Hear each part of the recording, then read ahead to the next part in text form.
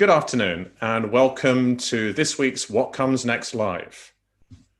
This is a show that I started from the basis of my writing on tommccallum.com because I love listening to people and learning from them from all over the world. This week's guest is coming to us from her amazing chair that she will tell us about. She's originally from Spain. She works for a French company and she's based in Germany. So I'm sure we'll get some fascinating perspectives. We met through a past guest of the show, Rob Poynton. And all I know about Miss Clarisa Doval, other than what I Googled, is that we were both looking forward to 3 or 4 days in Spain last September to go and read books. That's it. I consciously came in unprepared, and I'm really happy she took the opportunity to be on the show. So Clarisa, tell us a little bit about yourself, and then we'll get into talking about your thoughts on leadership and what comes next. Hi, Tom. It's very good to see you finally. And it's true. I think we have a shared passion for books and also probably for not preparing too much, because I also came unprepared. And like you said, I'm originally from Spain and I really like exploring the world. So I've lived in as well the UK. I've lived in France for 5 years and now I'm living in Germany. I've been here for 2 years. And one thing about me is that I always try to learn the language and I normally don't do a very good job about it. So I did learn English when I was in the UK. I didn't learn much French when I was in France. And now I am trying very hard to learn German, but oh my God, that's a very, very difficult language. And I work for Airbus, the airplane manufacturer. So we are right now in the middle of the biggest crisis we could ever imagine. Indeed. And so what's your responsibility at Airbus? I'm leading a team inside of cabin engineering. I'm leading cabin systems cross functions, which is a bunch of things that don't necessarily relate to any specific product inside of the cabin. It's a lot of transversal activities that affect the different product lines. Like a product line could be the seats or the software of the cabin or the lighting or the IFE system, the in-flight entertainment. Mm-hmm. And I do the things that impact, in a way, all of these product lines. Okay. How on earth did you end up doing that? Good question. I have no idea. Okay. I'm an background education. I'm an industrial engineer and I'm an economist and I have an MBA. But I was working in corporate strategy before I came to engineering. And I've never really worked as an engineer since the beginning of my career. And I like learning new things. So I've changed a lot in the last 20 years. And I've done many different things. What I usually do is I go somewhere where I don't know much about. I try to learn a lot. I try to build something that is sustainable and that can last for the future. And then once things are stable, I get bored. And then I try to move and go somewhere else where I can learn. And actually, when the talent and executive management team asked me, what do you want to do next? And those are the people who basically move the threads inside of the company. I said, I don't know, maybe finance or procurement. And they asked me, what do you not want to do next? And I said, quality, because I find it really boring. And hi to my friends in quality. And then I said engineering, because I thought I would never be a good fit for engineering. I thought they would never want me. And I was actually wrong. I'm really, really happy in engineering. And I hope I can stay at least somehow connected to the engineering organization in Airbus for a long time, because I'm very, very happy doing what I'm doing right now. What's the best part of it? The people. Okay. Because I thought I don't have all of this technical experience. I'm not an aeronautical engineer, and I've never really worked in engineering for aircraft. But I am very good in change and transformation, and I'm very good in leading people. So we're a very, very good complement. And I thought they weren't gonna include me, maybe, or it was gonna be more difficult to find ways to complement each other. But it's actually the opposite. I think I'm a great team together with them. So. And we, neither of us prepared much for this deliberately, so we could come in really open. And but you did take up an offer from, I think, an email group or something on Rob's reading weekend.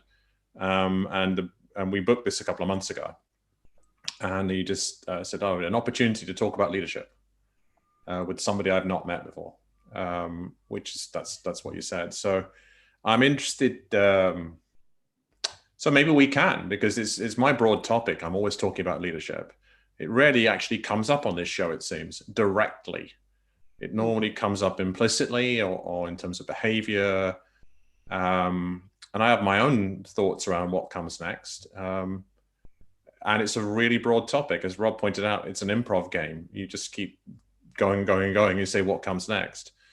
But that's the open topic for you. So what's on your mind around what comes next? I have no idea.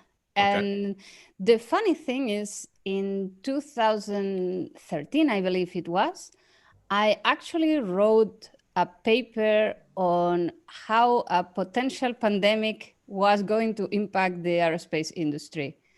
It's not because I am super creative. I just read a science fiction book that is called Station 11, that it was basically about that. It was a disease that was spreading really fast through airports and people who were traveling. So I started thinking, oh, what could happen if this was the case? What could happen to our company and our industry? And then I wrote an position or an intelligence paper based on this. It didn't go anywhere because people thought I was delusional back then. But my suggestions on what to do to prevent the crisis then were kind of short-sighted. I was suggesting that we invested in telepresence systems because that was going to be the competition to traveling. And now that we're in the middle of this crisis, I'm thinking, so what can we do? And actually, if you think about it, investing in telepresence systems, it's not enough, because my industry, the aerospace industry, is about connecting people. And there is a part of the connection that I think it's missing if we are only using virtual means. And it's great that we can do this right now, because this is something that maybe 10 years ago would have been a dream for most people. And now it's pretty accessible to all of us. Yes. But the state of the world right now, where I see everyone, and I see it in my country, and I see it in the US, and I see it in Asia, everyone is going to the extremes. People are going to the political extremes. The differences in the way of living are as well increasing, and everyone is going to their own corner. Even if you think about the press, most of the media is now paid media. So people are only subscribing to one newspaper or to one media provider, which is reinforcing their own opinions. So I see less and less connection. Although we are supposed to be in the age of connection, I see people only playing in very small playgrounds. And I think commercial aerospace was helping with this, because when you travel and you get to live with other people, you get to really see a different perspective, and you get to really learn things from others. And now we don't have that. Last year, I traveled every week for work. This year, I haven't traveled since March at all. Not for fun, not for work.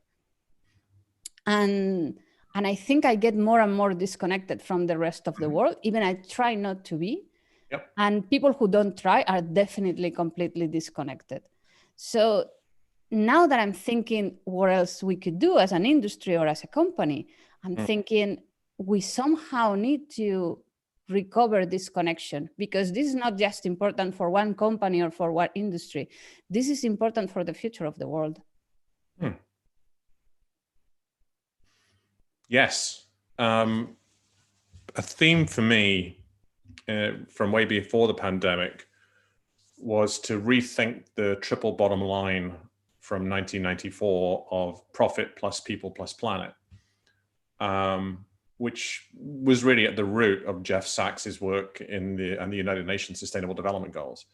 But really to then say, well, actually, what I've found over my years is that businesses that put purpose first, if they keep a discipline on profit and profitability, that's what Jim Collins would call a righteous flywheel. It just spins on its own, a perpetual motion machine if you want to be a geeky engineer. But it's purpose plus people plus planet. And you've just really looked at reframing Airbus as having a purpose of connecting people.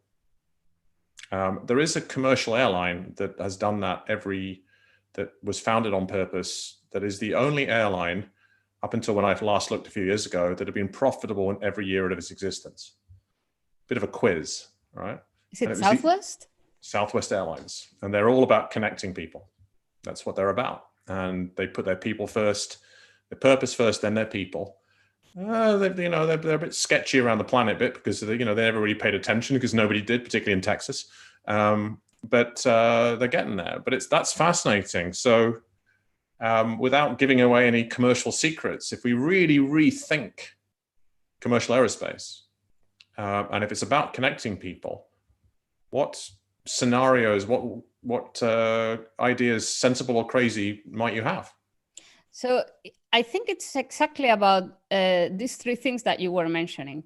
Of course, it needs to be profitable because all of the actors in the industry need to get some kind of benefit out of it. Mm-hmm. But if you take that away, which is maybe the most obvious and boring stuff, and you think about the people and you think about the planet, we need to give people what they mean. And now with the pandemic, people still have the need to travel to see their loved ones or to see business partners or to even see different places. And people are scared in general. You don't know what's going to happen when you get on a plane. It's also, the feeling is that it's going to be dangerous because you are in a very tiny space with a lot of other people. You don't know if they are sick or if they are not sick.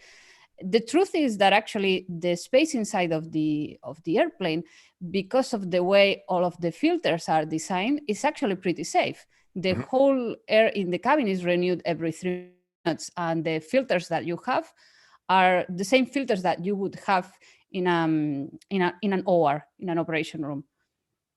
So there are not many spaces that are safer, especially if everyone around you is wearing a mask. And I was looking at some statistics just a little bit ago, and in the last I don't know how many months that we've had this pandemic, only 40 documented people have been infected in an aircraft. And this is taking into account that in the beginning people did not have masks. This is, if you take into account how many people have traveled, 1 in 25 million. Yeah. So in principle, a lot safer than other things. Well, I'm really glad you said that as somebody who works in cabin engineering and who is corporate strategist, industrial engineer, and economist, and scenario planner too, it seems, from the paper you wrote. Because I have said this to people. I used to be in the airline industry, and when you say it's the same filters used in an OR, an operation room, the technical bit, which I'll just jump into, which you're very aware of, is that the nature of the virus and how it exists as part of a particle going through the air is standard home air conditioning filters won't stop it, which is quite scary about indoor space and restaurants. But the filtration on airliners is incredibly tight tolerance, so it would catch it basically. Yeah. But if we get beyond that piece, I'm sitting there thinking of wild ideas here. This is, I kind of have crazy ideas sometimes, and I'm thinking about the fact that all the cinemas in the UK are closing, right? Having reopened COVID safe with distancing, and yet we have issues with schools struggling to distance. And where there are schools, they typically are in the similar central areas to the movie theaters. So why aren't we using the movie theaters to do lectures, right? Cambridge University was the first one in the UK to announce many months ago that it would not open for lectures in person this semester that started last month. But nobody read beyond the headline, as often happens with media. And what they said was, we won't be doing lectures in person, but at Cambridge, the tutorials of small groups are incredibly important. And they're normally held in small rooms with fireplaces, with, in a professor's room in the colleges. So we're going to use the lecture halls for that, where we can space people out. And I thought, well, that's an innovation. What about this kind of idea, integrating with the hospitality industry and hotels? So I have not seen my son since February. They live 5,000 miles away in the Cayman Islands, which is one of the bubbles in the world. right? They've eliminated, like Nova Scotia, like Cayman, like New Zealand. They've got if you come in, you have to isolate for 16 days, and life is normal there, other than the fact they can't leave. What if we created, there is the politicization of air corridors. They want to open the Nylon, the New York to London route for Thanksgiving week. But when people land in the UK, right, there is no effective self-isolation. There is no testing when you land. There's no requirement for testing before you get on a plane. So the UK is frankly terrible at this. What if we open? Spain is as well. So we are. What if we open corridors? But instead of saying you're going to go from A to B, you actually go. This is a little bit like I keep talking about WFA, work from anywhere, right? And that doesn't mean work from home or work in the office, but it means a hybrid model that works for everybody, the people in the business and the business. Connecting to people in person is really huge. But what if we actually said, okay, there are certain international airports and domestic airports that we will open, right? And for business travel, for example, business travel is really, really important, right? And for people to connect together. And what if we did that where people come to central hubs? So we know in the aviation industry, the hub and spoke system, particularly in America, you can't go from minor airport to minor airport without going via another one. But what if we said, okay, well, you fly not from Hamburg, say, but you might go from Frankfurt, right? And from Frankfurt, you can fly to not just New York or anything, but you might actually go from Frankfurt to Des Moines, Iowa, right? And they've got a whole bunch of hotels around there where people can meet in a COVID-safe way. So it's like arenas or movie theaters or whatever, and you can just repurpose things. And that might be something we have to work with. And companies, if it is, I'm just throwing crazy ass ideas out. No, but I think we have to throw the crazy ass ideas on the table right now. I think this pandemic is so big and so unexpected that those are the ideas that we actually need to throw on the table. And it's exactly about that. We need, when you were saying that the 3 dimensions and the profit, the people and the planet, and we were talking about the people, this is about making the people feel safe and confident enough so they can carry on with the activities they choose to carry on with. It doesn't have to be all of the activities, but we need to find strategies to allow for these activities to happen somehow. I'm doing with my teams now, we are doing a lot of meetings, just walk-in meetings where we just go for a walk, and then we are fully ventilated and we don't need to open the windows and freeze our asses out. We are just already outside. And there is a lot of space that we can use and that we can repurpose, like you're saying, for different uses. And I think that's incredibly important. Even this is a bit silly maybe, but Singapore Airlines is now creating flights to nowhere just to give people the illusion of a vacation. And they are doing this in partnership with hotels. So what they do is they sell you a vacation to Singapore as well. So you go to the airport, you go on a flight, they tour you around for 2 hours, then you land again in Singapore, then they pick you up with a limousine, they take you to a really nice hotel, they take you to lunch, then they take you to a shopping mall so you can do like a shopping spree. And you can have like the illusion of a vacation for a couple of days without necessarily needing to leave your own country. And at first I thought, this sounds like a really stupid idea. But then I thought, you know what? If I'm really stressed, I am really fed up with my daily work and I really need a break, this would be a great thing to just go with my husband or with a girlfriend and do for a couple of days. Yeah, and I think what I'm reflecting on and why did I ping out an idea was because you gave a very clear, high-level contextual provocation. You talked about that aerospace is about connecting people. And then from that, you talked about some themes which resonated with me, and I'm sure with anybody listening now or later, around we're all going to extremes, everybody's going to their own corner, the world is increasingly polarized. And humans are meaning machines. We're always creating meaning. And part of the areas we get meaning from is connection. Yeah. So the idea that we have less and less connection, I think the real provocation is, how can we help, whether it's aerospace or actually a broader provocation, but in aerospace, how can we help connect people more? And the answer used to be to build newer and newer and shinier aircraft and fly them on the routes. And now it just does require a bit more lateral thinking. So like for the people who'll be listening on a podcast later, you're sitting in this humongous gaming chair because you said earlier that it kind of keeps you comfortable. But how many people would have had this sort of line of lateral thinking to call gamers that they know and go, my back was sore after 10 hours in the chair the first day of lockdown. Like, what should I do? I'll buy a gaming chair that's bigger than you. But it solved a problem that nobody would have thought to approach it from that direction. But it's about asking the people. And I think a lot of it is in the small things. I don't think you need to do a new aircraft or you need to do a huge revolution of your hotels. I have a friend who works in Radisson hotels, and we were talking about the measures they have taken regarding the COVID. And now, for example, they have people who are traveling somewhere, but then they are stuck in their hotel rooms because they can only access certain flights and they have to be there for a few days, and they don't want to be exposed if they are in a city where the risk is maybe not super controlled. So they are creating like office hybrid rooms. And they can give you an external monitor, and they will give you a really good network connection and unlimited amounts of coffee, and in general, the things that people would need in an office to make themselves feel more comfortable. And that's not a huge thing for anyone to do. It's actually a very small thing.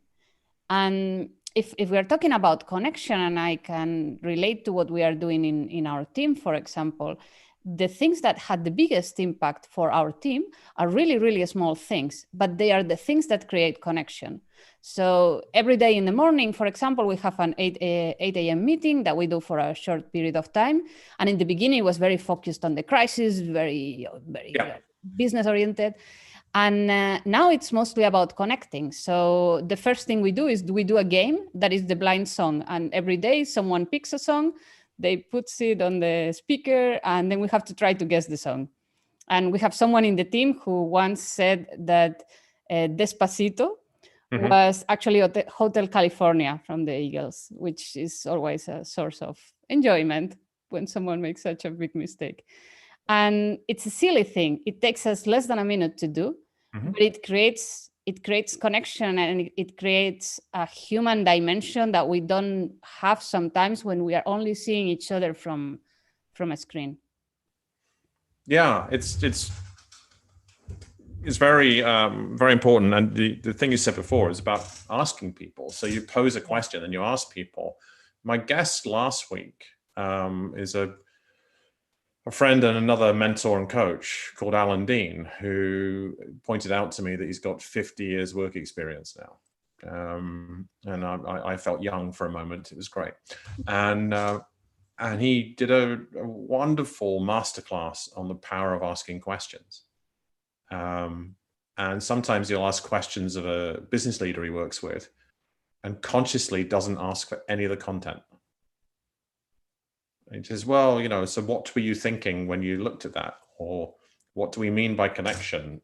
Or what would have you feel more connected? And so it's a fantastic question.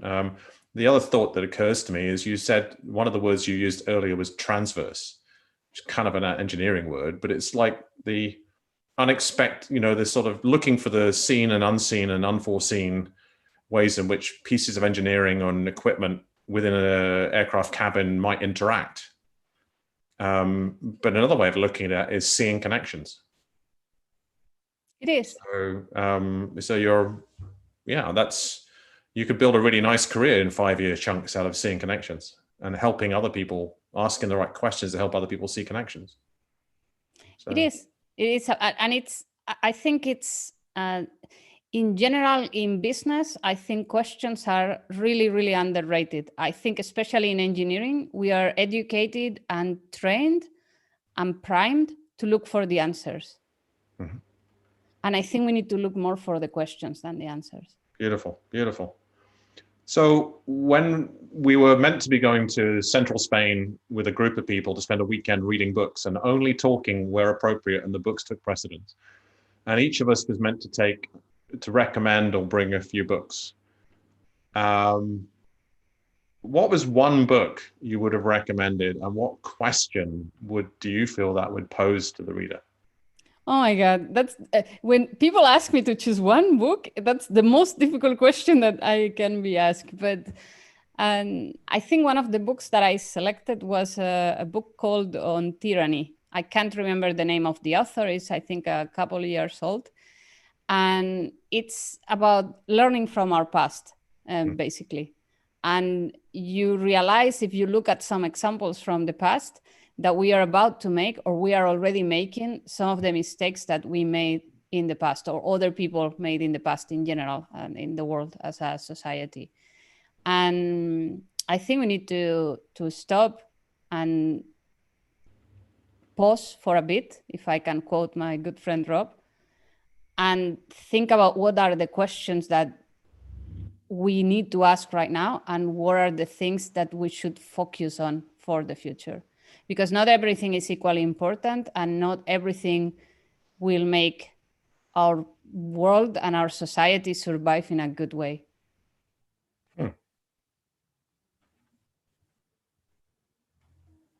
I find myself pondering your questions.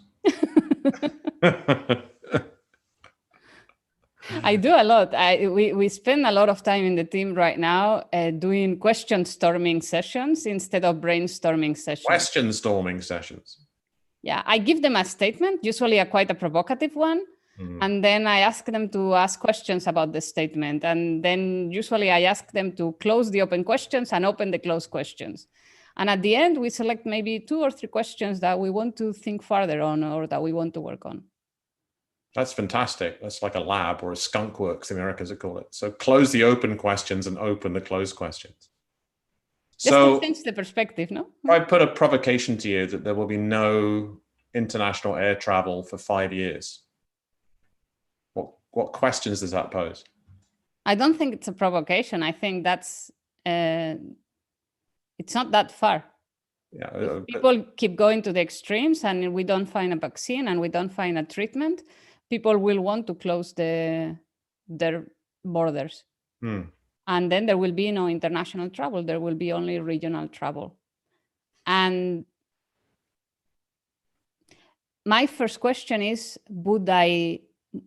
do we want to live in a world that is suddenly smaller for all of us?